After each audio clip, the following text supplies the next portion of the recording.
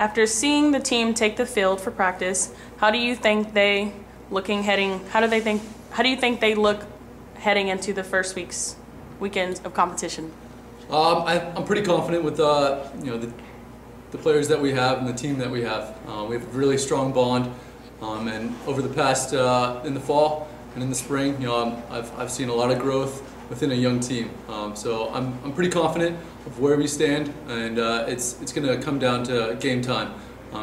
If our OVU team shows up, it's going to be the difference. Are there any major differences between this year's team compared to last year's? Yeah, I think there's more experience.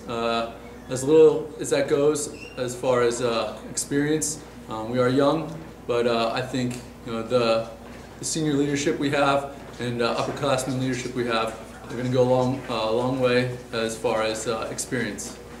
What would you say your strengths are this season, and which areas would you identify as areas of improvement? Our strengths are definitely at our goaltending position. We have 3 goalies that are battling it out every day, and I think it's pushing each other more and more. And I feel confident in our goaltending that'll be the difference maker in this season.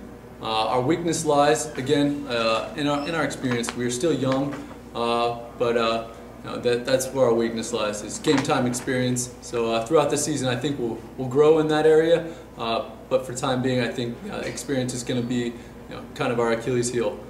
But I'm still confident that we'll turn out a good product on the field. Are there any first-year players that the fans should watch for? Definitely. We have a freshman coming in, Adam Dixon from New West, British Columbia. He's an all-around lacrosse player. Up and down the field, I feel confident both sides, offense and defense. His box game definitely transitions pretty well, and I feel confident giving him the ball every time I'm out there, or every time they're out there. Who do you think will be the sleeper team of the conference this season? Lindenwood University. I believe they're going to creep up on a lot of people. I think they did that last year, and I think a lot more teams are going to be out and prepared for them. But definitely they're going to be the sleeper team, and could probably knock off one of the top teams in the conference and definitely make a name for themselves. 4 of the 8 teams in the league will qualify for the postseason tournament. What will your team need to do in order to be one of the final 4? Definitely play our game.